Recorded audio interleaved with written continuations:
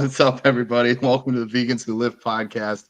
We are your favorite vegan hosts. We got Brooke Sellers, aka Miss Meatless Muscle, myself, John Thomas, aka Bodybuilding Vegan, and we got another bodybuilding vegan, Korin Sutton, on the podcast today.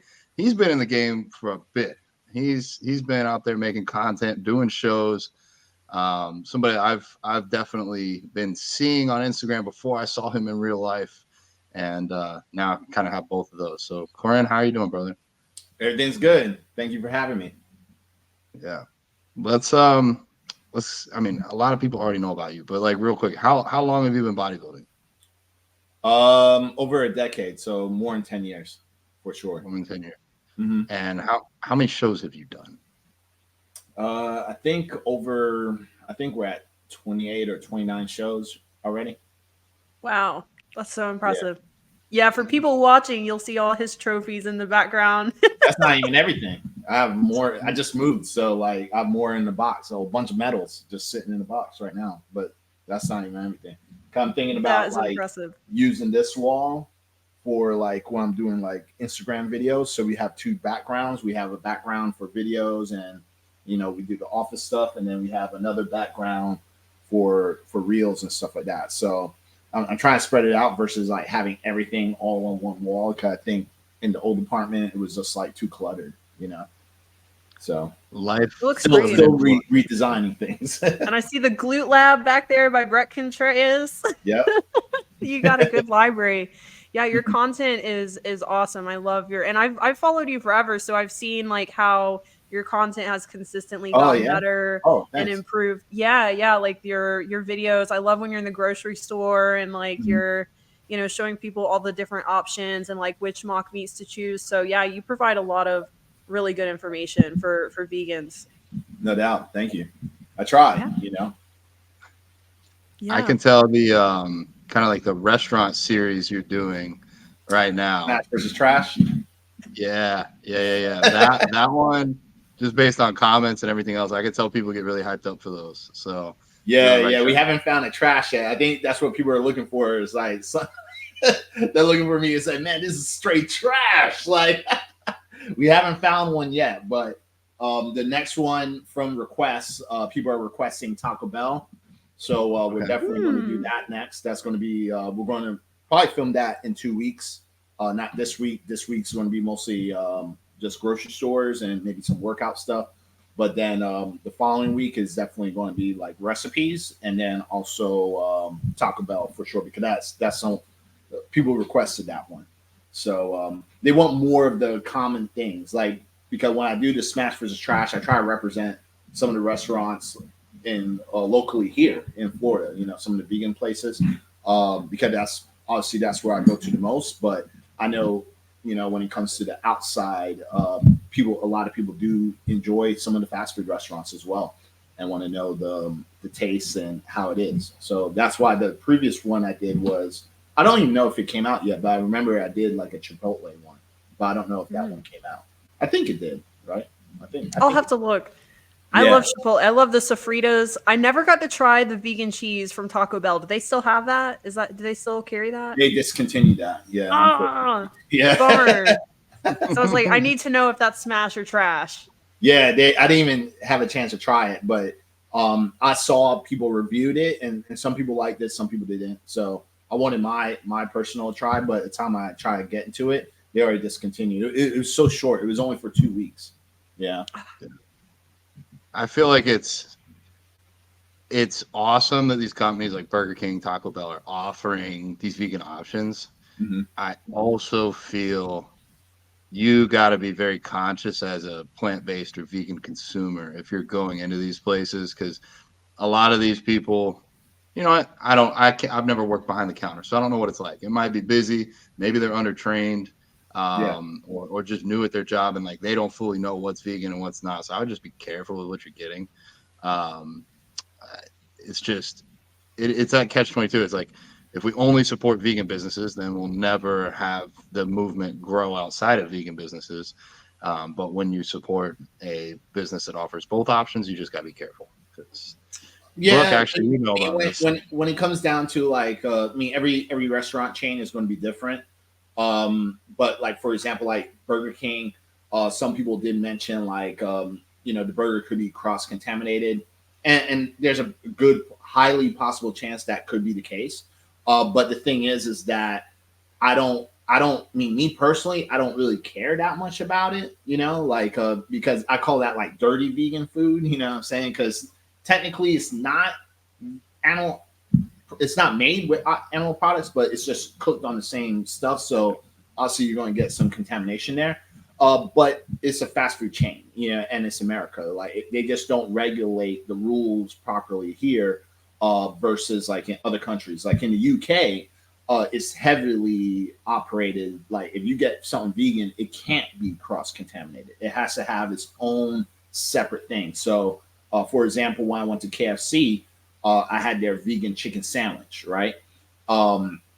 And it was delicious. And the thing is when I asked for the potato wedges, which I thought was vegan, they were like, it's not. And I was like, but it says it's only potatoes. And they were like, we use the fries to with the same oil for the chicken, so it's cross-contaminated.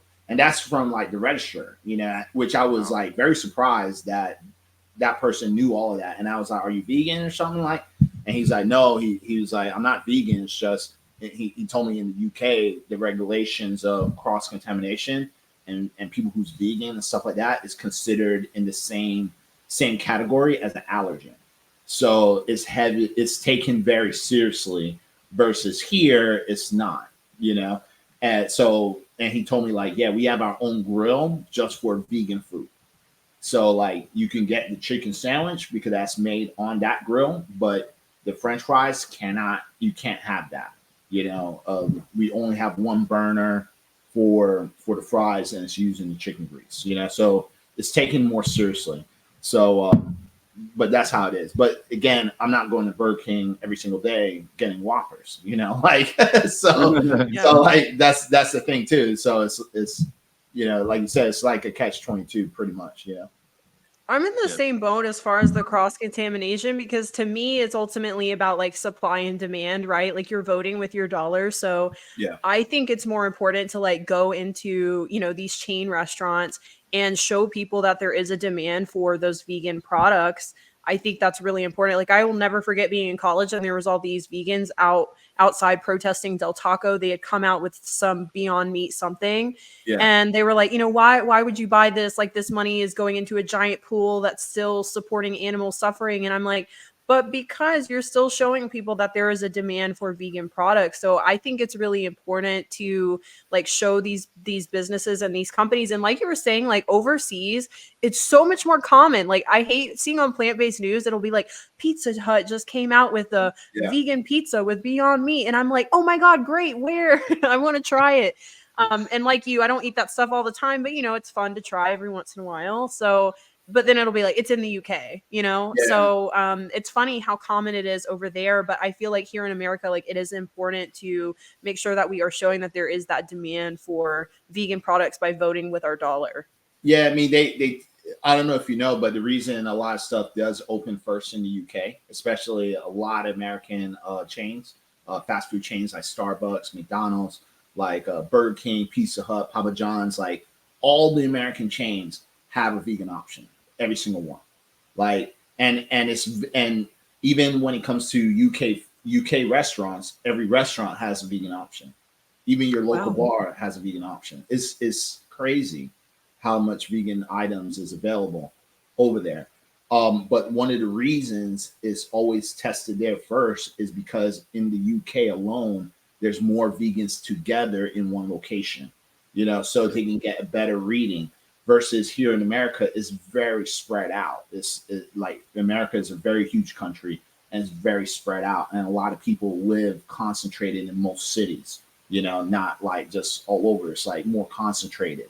So it's hard to get a good feel and good reading when it comes to American chains in America versus like in the UK, where that whole country has a lot of vegans there in one location, so it's a lot easier to do the testing. Makes sense. Yeah, so that's one thing I learned when I was out there, because I didn't understand it either. I was like, man, like the Starbucks has like a huge vegan option with so like, whole menu from cupcakes to like coffee. I mean, the coffee's always vegan, but like they have different types of coffees that you can make. Whole bunch of stuff. It's crazy. That actually makes a lot of sense. Yeah, the UK is the most populous, like person per person place for vegans, and it would make sense if your business can't succeed there, it's definitely not going to succeed over here. Yeah.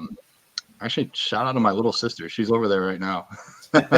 We literally landed yesterday, so that's cool. I've never been. Definitely on a bucket list. Me for either. Yeah, you should go for sure. It's definitely worth the trip going out there. All right. Well, in respect to everybody's times here, let's get back to we have a very small script.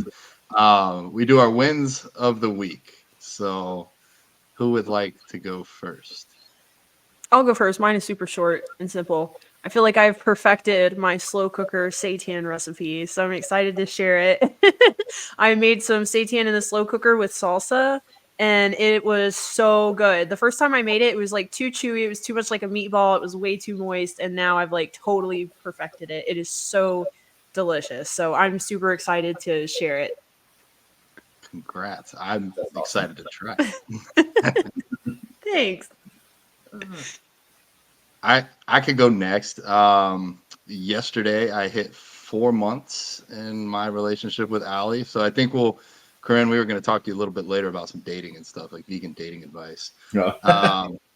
I'm putting this as a win, not just that we've managed to stay together this long, but I'm really proud of us with our communication, because we're not the same person at all. Like, we are very, very much in our hearts very similar, but like in our brains, and just like, I kind of thrive in chaos as I look around and there's crap everywhere.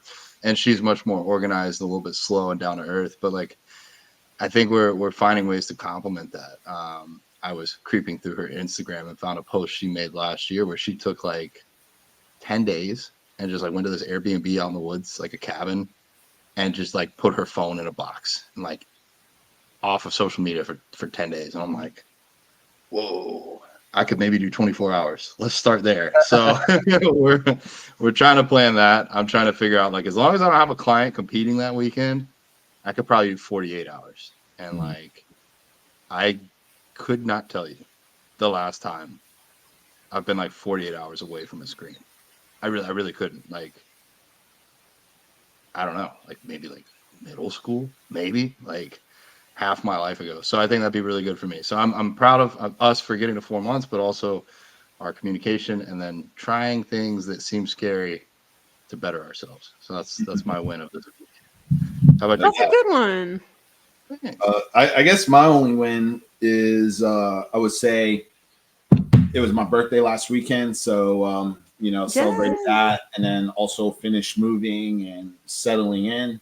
So just getting back into routine with things, which is good, because when you're moving and you're just out of routine and just everything's all over the place, it's pretty hectic and stressful, especially when you have like an online business and you're trying to organize everything accordingly, and you can't be too much away from the business, but at the same time you can't reap what you sow at the same time, so it was definitely a long reaping period, just setting things up, getting the home ready, going through the whole process of purchasing and moving and whole nine, but finally back, in the office, everything's back on routine. First week, literally back on routine with stuff.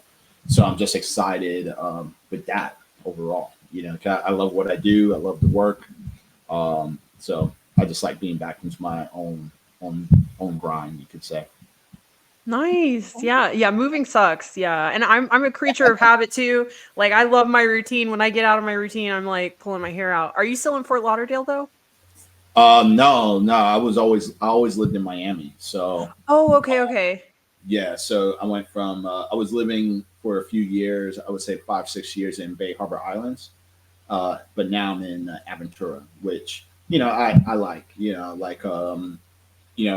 I really love living on the island in Bay Harbor Islands. It's just that when it came to purchasing a home, it just got way too expensive. Minimum just a purchase, something, especially for something that my girlfriend and I really wanted, because we wanted like a 3-bedroom. 3-bedroom on the island is starting at $500,000, so it's just we couldn't do that, not at this time, so that's why we went ahead and moved to Aventura. So it was a little bit cheaper. We got what we wanted, got 3-bedroom, 2-bath, so we're happy what we have and what we were able to find. Congrats, that's exciting. No, thank you. Yeah, it's a nice neighborhood. It's good. We're so close to the beach, so it's good. Yeah, and she's vegan too, right? I'm pretty sure. I think, yeah. She looks amazing too. Yeah. She's been vegan for over 7, 8 years. So I want to say about like 6 years she's been vegan. Wow. Yeah, that's impressive. Did she? Were you vegan like together? Did she go vegan because of you? Like. She was vegetarian when we got together, so she just had to drop the eggs, like she wasn't really doing milk. She was just doing like egg whites for protein for breakfast, but that's pretty much it. So it just took some time for her to let go of the eggs, and then the switch was easy to go vegan. So it's pretty simple transition. Yeah, cool. Yeah, being vegetarian makes it easy. Yeah. I always thought you were Fort Lauderdale, and I think it was because I was conflating the Vegan Health and Fitness Expo that I saw you at. I was like, oh, he must live around here. They're not having one of those this year, are they? From what I've heard from Jeff, I don't think so. I mean, because the last time I spoke to him, he was going to team up with a veg festival to do it next time, which the first time he ever did it, that's what he did. And it was very successful, very huge, it was good. A lot of attendees, because it's the Veg Fest also attracts a lot of people as well. Yeah. And there wasn't a storm happening at that time. So that was the biggest thing. So I think, from what he said, that was supposed to happen, but I remember also having another conversation saying that right now probably not. They're just going to be more focused in the supplement company and just trying to bring that up, so they can come out with more products and stuff like that. So I feel more on the no side versus like the Veg Fest. Maybe it might be like in a couple of years or next year or something like that. But I believe that's, from what I could remember, that's the conversations that we had. Yeah, Veg Fest would make way more sense. You'd have so many people. Then there'll be wannabe vendors to come to the event, to a bigger crowd. That makes a lot of sense. Yeah, absolutely. All right. So, Korin, what is your vegan story? What actually made you decide to go vegan? Pretty much. I think it was like 2011, 2012. I was in college at the time, also serving for the U.S. Navy Reserves, because I was in the military for about 8 years. I did 4 years fully active service in the United States Marine Corps, and also deployed to Operation Iraqi Freedom 3 and 4.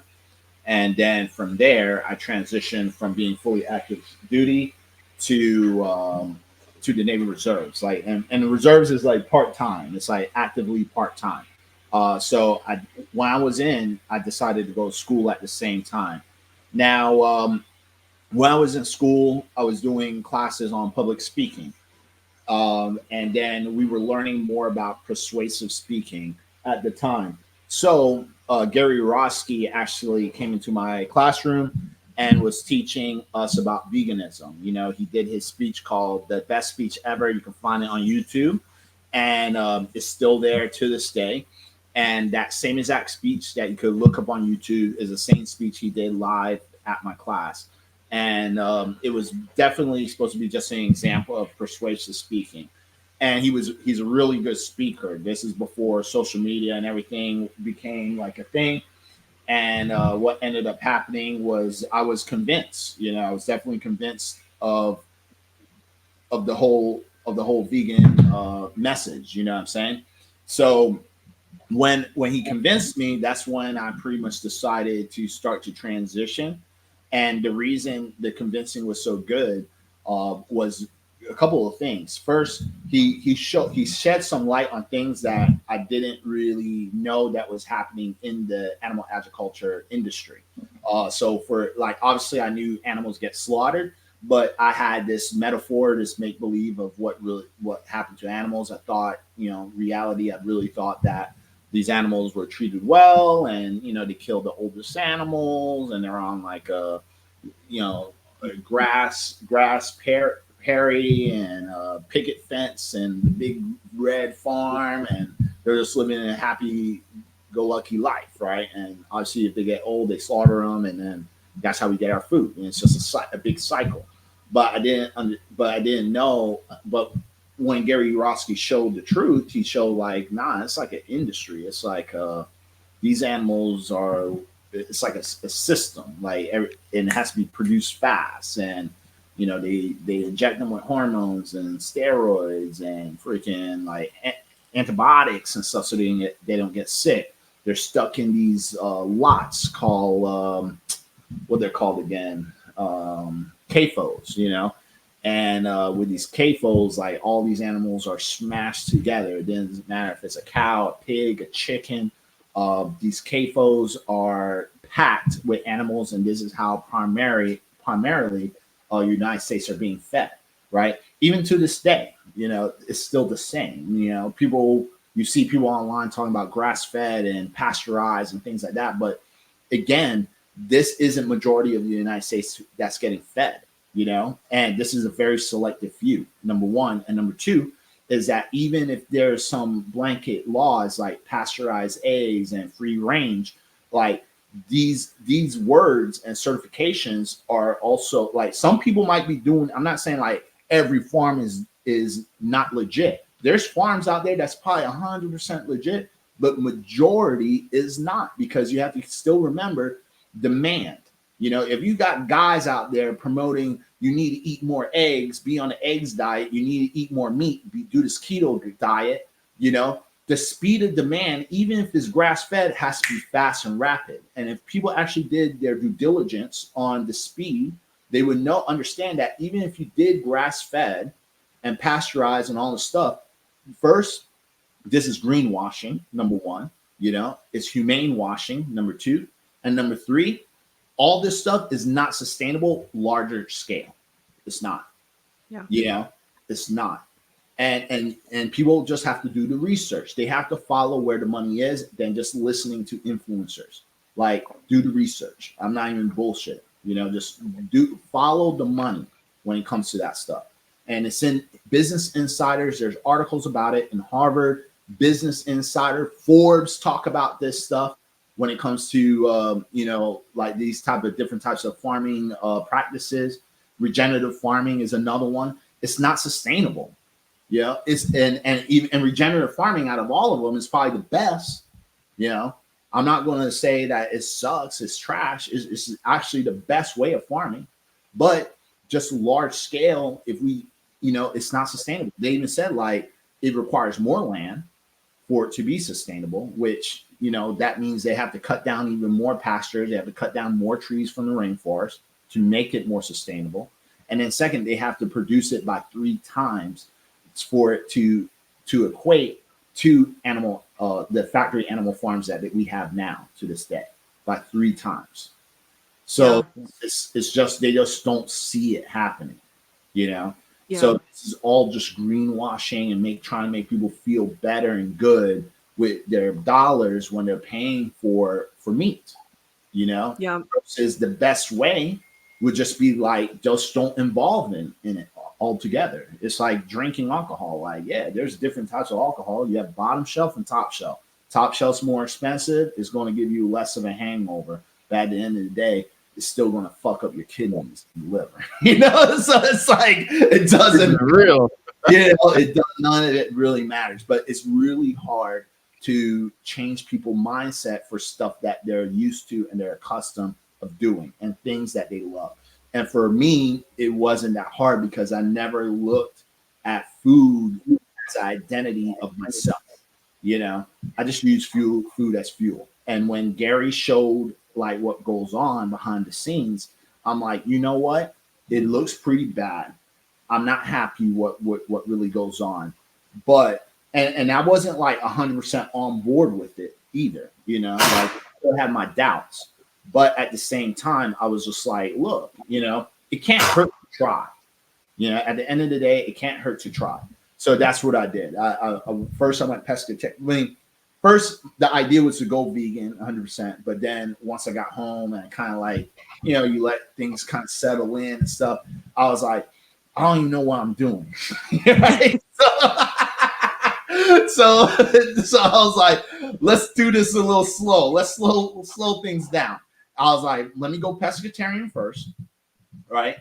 And then I use the seafood just for protein, right? Because at least I know I can do that. And truthfully, like I mean, even now to this day, when I think back how I used to think back then, I'm like, I'm just an idiot, right? But like I was just like, Gary didn't really said that much about seafood marine life. He kind of shed some light on it, but he was heavy about the pigs, chickens, and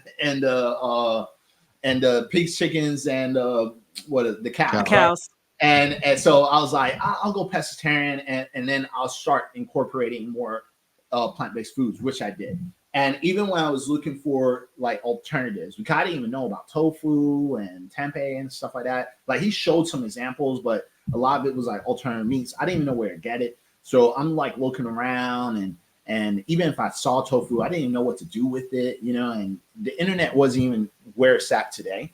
But I still did my things. And as I transitioned, I started to lose weight. My skin started to clear up. I started losing tons of body fat. I mean, obviously, I was definitely in a caloric deficit because if you're consuming more plants, it's nutrient dense, not calorically dense. So obviously, I automatically put myself into a deficit by default. But at the end of the day, I still felt good. Strength was still up to par. I did lose some muscle mass because I wasn't like counting macros or nothing like that. You know, I was just experimenting, doing my own thing. I was using bro science, you know, things I read from magazines. I was a trainer at the time, for part-time trainer, but I just started, you know. So I had no nutrition experience, no knowledge on this stuff, just all bro science things that I read from magazines, right? But as I transitioned, I started to look better, feel better, and I saw there was more positives than negatives. And I didn't really care about the muscle loss either, because for me, it was about how I felt, you know, not so much how I look. And for me, I saw I was getting like a ripped six pack. I was like, look, man, the only times I ever had a ripped six pack was when I was doing more swimming in the Marine Corps, you know. When I was doing swimming, that's the only time I noticed that I was getting ripped. You know, if I didn't swim, then I would put on some body fat. I mean, I was still healthy and stuff like that, but it wasn't like ripped. You know what I mean? But once I started like feeling good, looking better, and then I also started learning more about vegan proteins. Like I started learning how to cook with tofu, and I started finding like things that was more affordable, like tempeh and seitan and stuff like that, and started incorporating that into my diet. That's when I started transitioning more from just a basic personal trainer more into nutrition. I changed my major from criminal justice to exercise science and physiology. Got my my certifications, became a master fitness trainer through ISSA, and got certified as a nutritionist. So through all the knowledge and switching the education of what I was doing so I can inform myself better, and then started bodybuilding at the same time through this transition and learning how to count macros, that's when I realized, like, you know, there's more to food than anything else, you know, and that's when I really started like going vegan. So that's why I never have, like, when people ask me, like, do you have a vegan birthday? I'm like, not really, because for me, it wasn't, in my mind, it wasn't like, today I'm doing vegan. No, it was like a whole transition. And only thing I noticed is that through that transition, I just stopped buying fish. I was just eating nothing but plant-based foods. I just continued to do it. So I don't even remember when that happened, because I would just go to the grocery store, buy things, go to the grocery store, buy things. And then one of those trips, I decided not to buy fish anymore because I was letting it go anyways. You know, the more I was learning, I was letting it go. And I was more concerned with my grades in school than the fucking food. So it's I was just like I just noticed like, man, like I think it's been a while since I haven't had seafood, you know, and it just came to a point where I was like, dude, I'm doing this, you know, like I've been doing this. I haven't bought any seafood in a while. I haven't ordered anything, and I've been doing it for a long time. Like, and I just kept going with it, and then it's been like that ever since. That's really inspiring. I think that could really help a lot of people because a lot of people, I feel like, get hung up in the transition. Like they get hung up on, okay, well now I'm going to cut out fish, or now I'm going to cut out cheese. And then like, I feel like during that transition is like when people typically like fall back into their old ways because like the next step just seems a little bit more challenging, but it's like, look at you and how far you've come. And like, I feel like you're a perfect example of like, if I can do it, you can do it. Because I mean, I'm sure we've all heard, I have clients in the military and they talk about how, you know, sometimes being in the military can be challenging being vegan. And I'm curious if you had like any pushback from like your buddies or like your comrades. Nah, no, I never had any pushback. I mean, people were just curious and they wanted to see how long how serious I was about this, because like I was never a guy that just made empty promises, you know, like if I said I wanted to do something, I went ahead and did it. So like no one ever gave me any pushback. It was just like this vegan thing was like, whoa, like you're going to try this vegan stuff. So what does that mean? Like, yeah, I was like, I just can't have animal products, you know, and especially when I was pescatarian. Cause in the military, when I was in the reserves, so it's a little bit easier in the reserves than fully active. But even in the reserves, like we would go to like Polar Tropical a lot. So I would just get rice and beans, you know, because there's I don't even think there's fish in Polar Tropical. I don't think so. But like, but I remember during my time there wasn't, you know, maybe there is now, but I just would get rice and beans. So it was technically vegan, well, except the sauce, because it probably had eggs in it. You know, I always poured this curry sauce. But remember, I was transitioning, so I wasn't so strict on myself. You know, I was just doing my best. So like, and again, the internet isn't how it is now. So you couldn't just Google and things like that. Because even if you use Google on the iPhone 1 and 2s and 3s, that shit was still slow as hell. You know, so it's like you be waiting 5-10 minutes for anything to load up. So no one wasn't really using the internet like crazy like now, you know. But that's how it was. I wasn't really too harsh on myself. I just knew that I wanted to eventually go 100% plant-based, 100% vegan, and then see how that worked. And obviously through that transition, I saw many benefits from just being pescatarian. And you have to imagine that 80% of my foods was already whole foods plant-based, because I was only eating seafood for protein. Yeah. Everything else I had to eat was rice, beans, and vegetables, you know, and some nuts and seeds and fruits, you know. So I was already doing that. But I saw significant results. So, and that was even a more positive result, because for me, I'm like, if I eliminated all this meat products and I started feeling better, and then I'm doing majority of whole foods plant-based with some fish, and I can only imagine how I feel if I took out the fish completely. So it was all green lights, and that's how I looked at it. Especially that was my goal, to fully transition into a vegan and then really see how far I can do this, you know. And since then, it was great. And with the whole bodybuilding thing, it wasn't even my idea. Like I didn't know about bodybuilding. I didn't know anything about it. I never saw myself actually even competing, doing a bodybuilding show. It was actually one of my friends from high school. We went to the beach. We were drinking one day. He came up to me and said, "You should do bodybuilding." Yeah, that's how I started bodybuilding, because he was just like, "Dude, you've been doing this vegan thing for over a year. You look great. This is the best I ever seen you." You know. And he's like, "I think you should do it, because I have a friend who does bodybuilding." And he literally told me, he's like, "And he looks like shit." And he actually won a show. So if this guy can do it, I think you can do it. And I was like, what are you talking about, man? Like Ronnie Coleman and these guys, they're jacked. I was like, what are you talking about? Like, how could your friend be that bad? Like, I'm nowhere close to these guys. And he's like, no, there's different leagues, there's different levels to it. Like, it's what you're seeing, what we see in magazines is like cream of the crop, you know. He's like, there's different levels. Like, you start as an amateur and then build your way up, you know. So when he told me that and showed me his friend was like a little overweight, no abs, you know, and he got like 3rd place. So I was like, damn. I was like, you know, and I was like, for real? It's real? And he was like, yeah, this is a real show, bro. Like, it's real. You could do it, man. And I was like, all right. And when he told me about it, I was just like, but how do you start? Like, how do you get into this? I didn't even know how to get into it. You know, I'm going online, checking Google, researching bodybuilding. Couldn't find that much information because, again, Google back then, like 12 years ago, 11 years ago, I mean, no one had nothing online, right? So it was just like, I'm looking. I think I found one coach online. He wanted like 5K for 12 weeks. And I was like, I'm in college, man. I can't afford that, you know? So I was like, I don't know if this bodybuilding thing is going to work out because I don't know anything about it.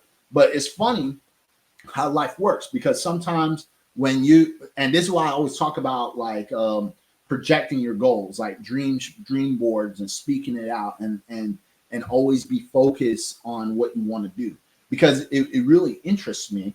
And I was just curious, how can I get into this sport? Like, I don't know how. And I don't have 5K for this guy to train me. Like, I'm in college. Like, I don't know what I can do. So eventually, how life works. I was in a nightclub partying. One of my friends, making a long story short, one of my friends came up to me. She was like, I'm dating this guy who's my coach right now, Dave Bogan. And she introduced me to him. And he was just like, yeah, I'm a bodybuilding coach. You know, if you look great, you look like you have a good physique. Send me some pictures, and then we exchange numbers. He's like, send me some pictures, and then we can get started. I can work with you. I'll give you a good price. You know, I kind of told him my situation. I'm like, I'm in college. I'm vegan. Like, I don't know how to start. And I was his first vegan client, so he never had a vegan client ever. And he was like, this might be interesting. Okay, he already saw like my physique. He was like, it's a good physique, good built to start with. So that he looked at it as like, hey, like I could definitely work with this guy and see where I can take him with his career, you know. And I was like in my mid-20s at the time. So we started, and then, you know, first show got 2nd place, second show ever got like a couple seconds and thirds. I remember the 3rd show, I believe that was like an NPC Ruby. I got a couple 2nd places, couple 3rds, and just kept going from there. We're just winning every single show. And I remember like posting it in Robert Sheik's old bodybuilding vegan community. That's when bodybuilding vegan community was like really good. Like, it's still good now, but I feel like it's so mixed now. But like when he had his old group, it was just all vegans. And people were just like, yo, this guy's crushing it. Like, you know, and I was just getting like all the smoke, you know, but good smoke. And people were just like, yeah, you know, like cheering me on. And I just kept going from there. You know what I mean? That is awesome. Yeah, we have heard all about Robert Cheek's old forum with Danny Taylor and Giacomo. He was telling us about it, and Robert too. So yeah, it's really funny. But that's cool that you kind of just like stumbled upon it. You know, like you're just kind of like, hey, I'm just gonna see what happens. I wish more people nowadays had that kind of approach with bodybuilding, because I think so many people try to go into a bodybuilding show and like, I'm gonna get the overall, and you know, it's a really tough sport, and I think people too often get like set on winning, and it should be more so just about like doing the best you can, and you know, bringing your best, and that's what makes it fun. Like for you, it was fun because it was like you didn't really have a lot of pressure on yourself. You're just like, hey, I'm just gonna do this, have fun, and like see what happens, and then just bring your best every single show. Absolutely. And I think also for me, it was different too because of my why. Because my why, it was for 2 different things. Like one reason was for physical fitness. I mean, I was pretty happy with my physique, you know. And I was kind of bored even training. Like I was just like at the time Dave Bogan got with me, I was at that point in training where I was kind of just doing it as an upkeep, like because I kind of already had an idea, like I don't think I'm gonna get any bigger, and I'm fine with my physique, you know. And I was in the military anyway, so the military doesn't require people to be so jack and big. So I was just happy with how I looked. And then second, with the whole vegan activist point of view, like when I kind of thought about the bodybuilding, I was like, you know, this could be something cool to like promote and show people that you can be healthy, because I know like in this sport, like because I've read so many magazines of fitness guys saying that you have to eat meat to look like this, you have to eat meat. And I was like, man, if I could continue to build my physique and be shredded and look great on a plant-based diet, I mean, that would like literally shake the world. Like people are going to be like, what the hell, you know? And so I looked at it as a great way to be an example, to show people, especially in the fitness industry, that it's what's possible on a whole foods plant-based diet, you know? So I looked at it from those 2 point of views.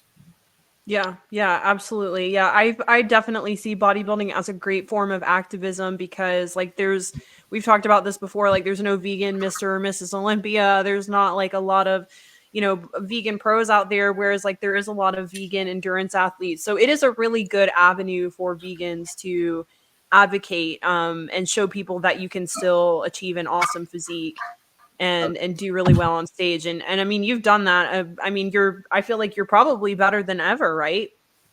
Yeah. I mean, I'm 39. So it's like, for me, like I definitely feel the age for sure. but like, yeah, I'm better, you know.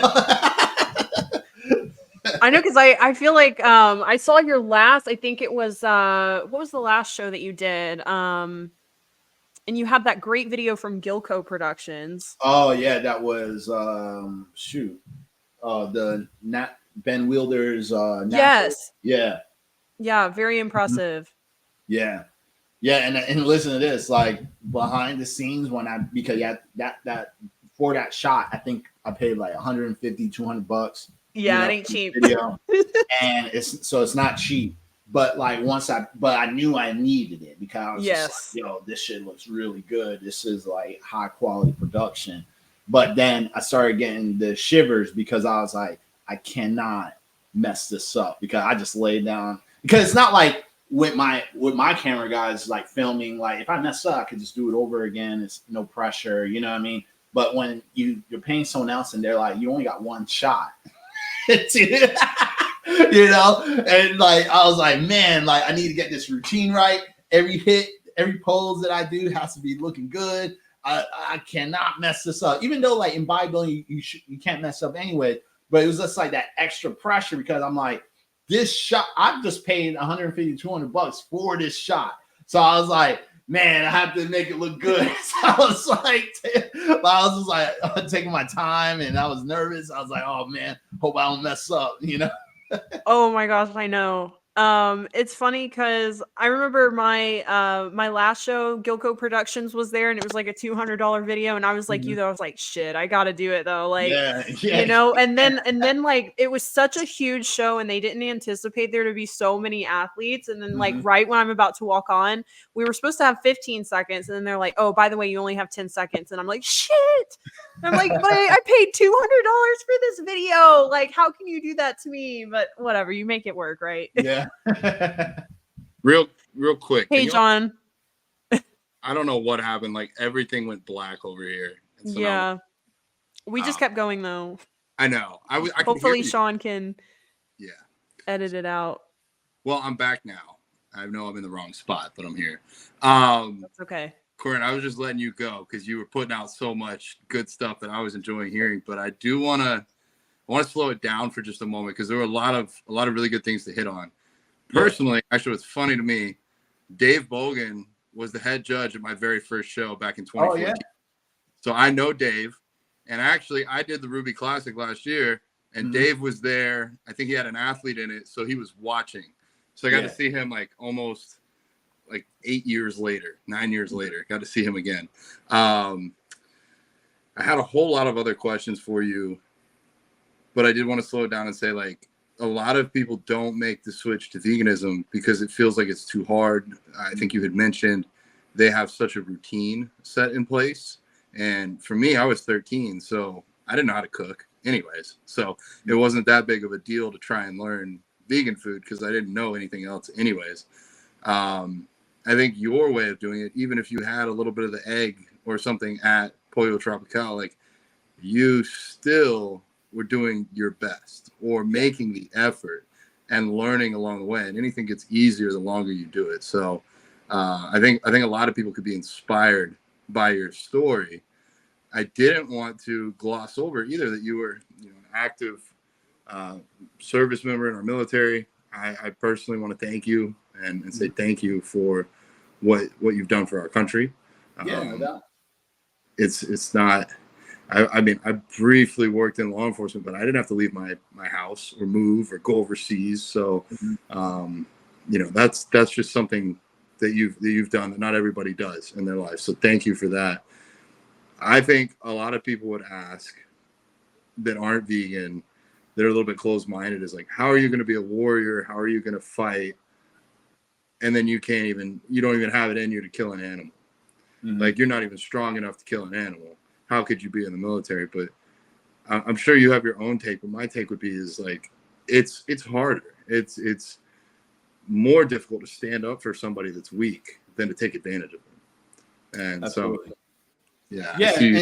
And the thing is I don't get like, because there's times even some vegans came to me like, oh, how you served in the military and now you're vegan, like like whatever, like people call me baby killer or whatever, like, but like I don't care about like hate and stuff like that, because I know like these people are just projecting certain insecurities that they personally have themselves. But for me personally, like, I just tell people this, I'm like, when I was in the military, it was my job, and when you're kind of trained to do something, you do it. And the military is very strict when it comes to that, and not everybody can do it. Especially in the Marine Corps. Not everyone can do the Marines. It's one of the reasons their slogans is the few, the proud, the Marines. It's only the few can make it. It's very intense type of training for people to get through that type of indoc. And the whole boot camp is majority of it is psychological. It's not even the physical part.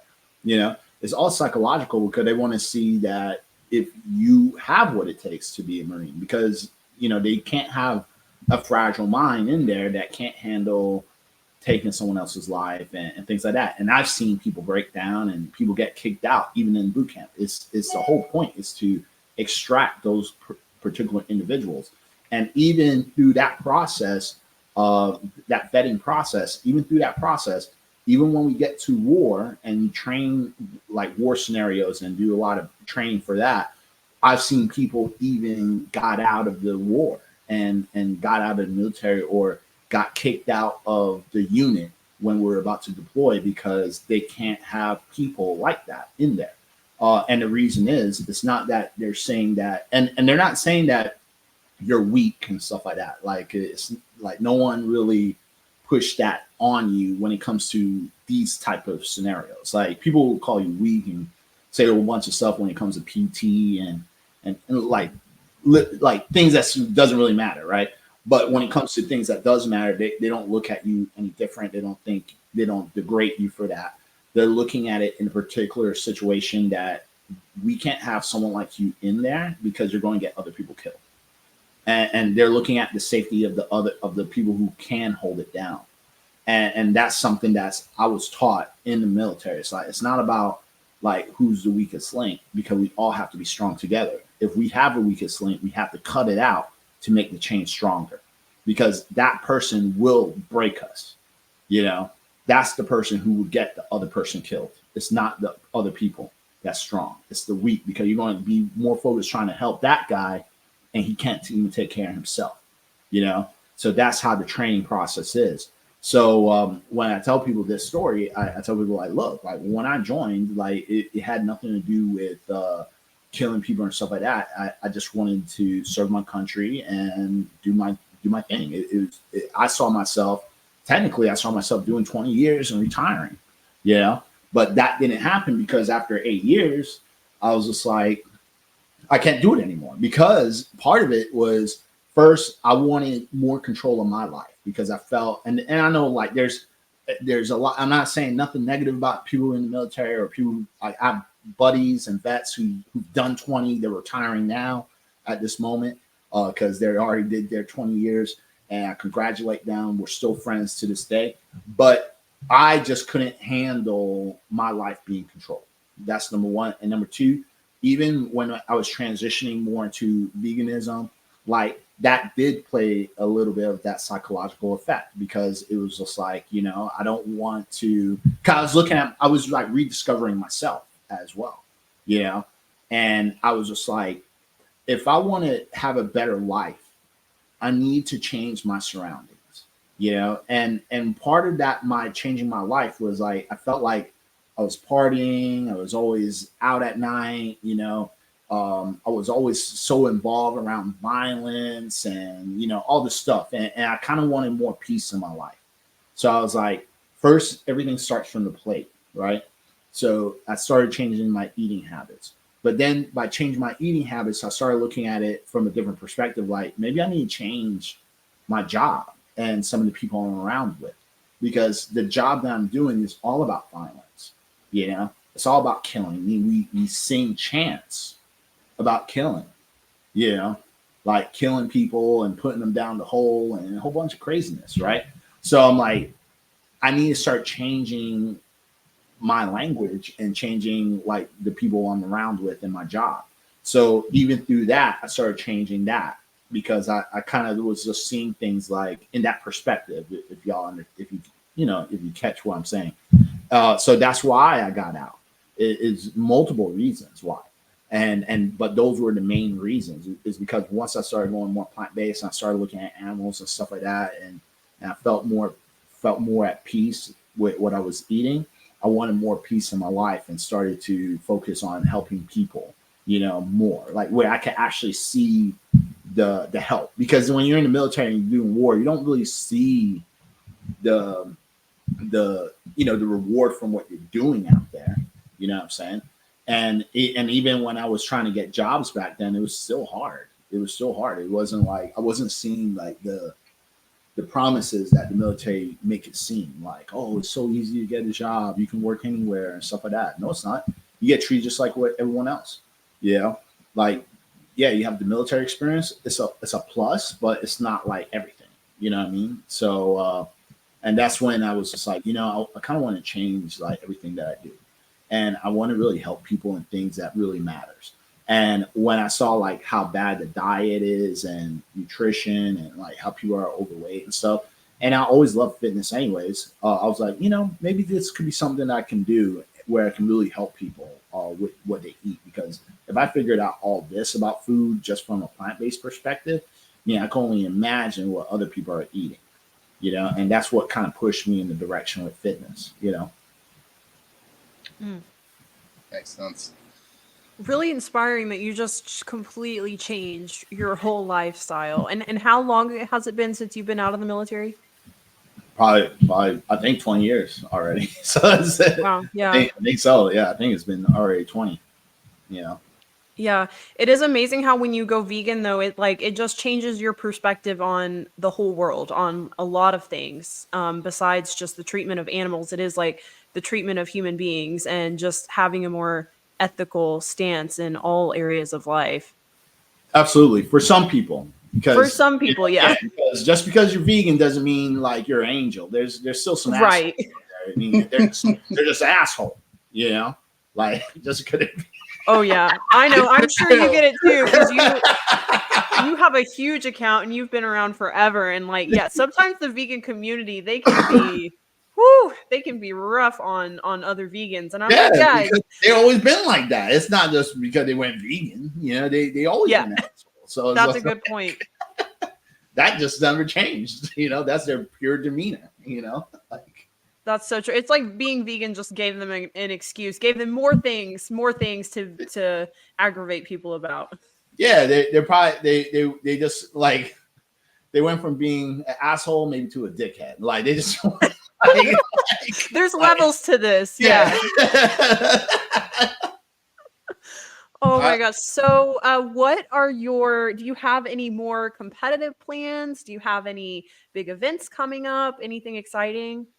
Yeah, absolutely. So with the whole competition stuff, I took a whole year off. So I won't be competing again until 2025, till next year. Just because after my whole season last year and just the results from that, I was so close getting the pro card. So I was getting multiple second places at pro qualifiers. So for me, I was just like, well, and looking at my track record, every time I did an off season, I always placed better in the pro qualifiers. So for example, years back, I wanted to do nationals. I remember Dave was like, "You're not ready yet. You're not ready." But I got tired of listening to him. I was just like, "Yo, F you, bro. I'm just going to do my thing." So I never told him anything. You know, I just kept it on Super DL. I entered the competition by myself. And I didn't even place. And I was like, damn, I think he's right. and he was even surprised because he just saw pictures of me at the Miami Nationals with like me posing and stuff. And he's like, damn, you look great. And he's like, when did you decide to do that? And I was like, well, I kept the DL, man, because you just kept putting me down saying, nah, I can't do it. So I just did my own thing and just jumped in. So that was a learning lesson. And then I took some time off from that. And then we had a discussion, and then we tried again.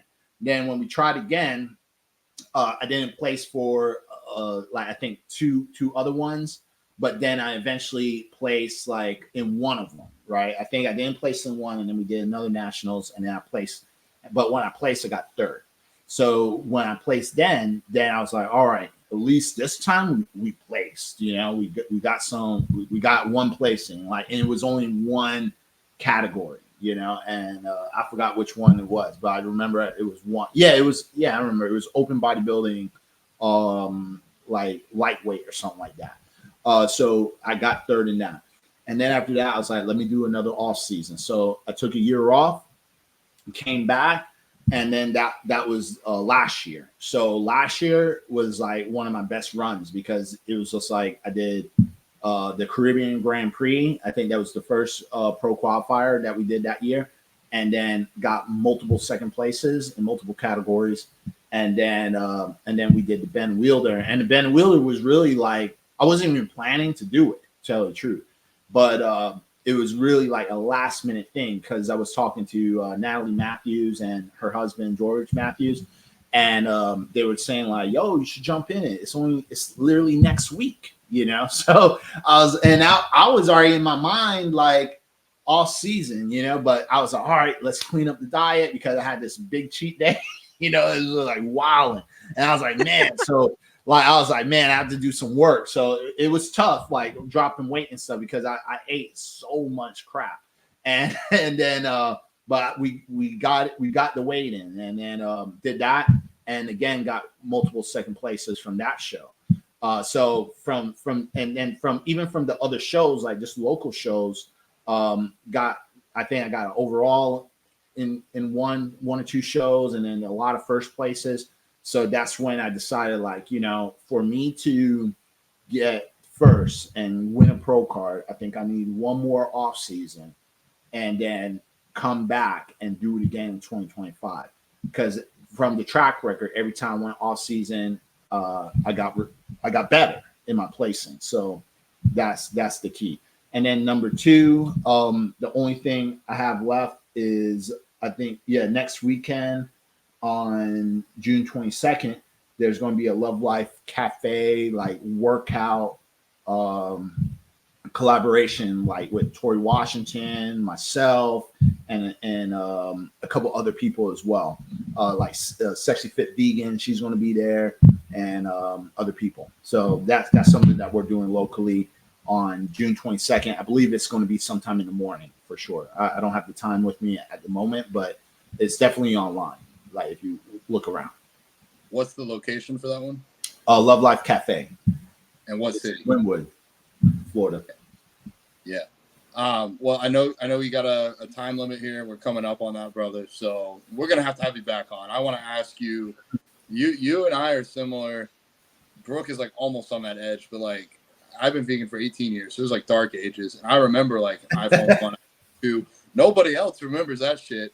Like it didn't work. So I want to talk about that versus now, you know, without Instagram and without social media, nobody on this podcast would really have a job. So I think it's important for us to talk about that. I want to dive deeper with you. So we'll have to bring you back on. Most definitely. And where, if somebody wants to learn more about you or connect with you or work with you, how do they reach you? What's the best way? Just you can find me on every platform. We're posting on every single platform. LinkedIn, X, which is formerly Twitter, Facebook, YouTube, Instagram. We're all over. Just type in Korin Sutton, you can find it, or you could go to my website at bodyhdfitness.com or email me at korinsutton@bodyhdfitness.com. Perfect, brother. Brooke, did you have any last words? No, just thanks for giving us your time. You are such an inspiration, and you definitely make me feel better about my post-show binge, knowing you did the same thing. No doubt. But yeah, I love your content. I've looked up to you for a long time, and yeah, I hope to see you soon. Most definitely. All right. Well, thank you for having me because I have to go myself. Yeah. Thank you, brother. Thank you. All right. Peace. Thank you, everybody, for tuning in. That was Korin Sutton. We'll have his info in the show notes. Appreciate all of you. Make sure you guys head over to veganswholiftpodcast.com. Leave us an audio message. Send us to everybody. Share it. We need you guys to help us grow. We had a really great third month. Our fourth month, we dropped off just a little bit. So send this to everybody. Help us grow. And we'll see you next week. As always, Vegans Who Lift. We love y'all. Take care. Have the best day ever.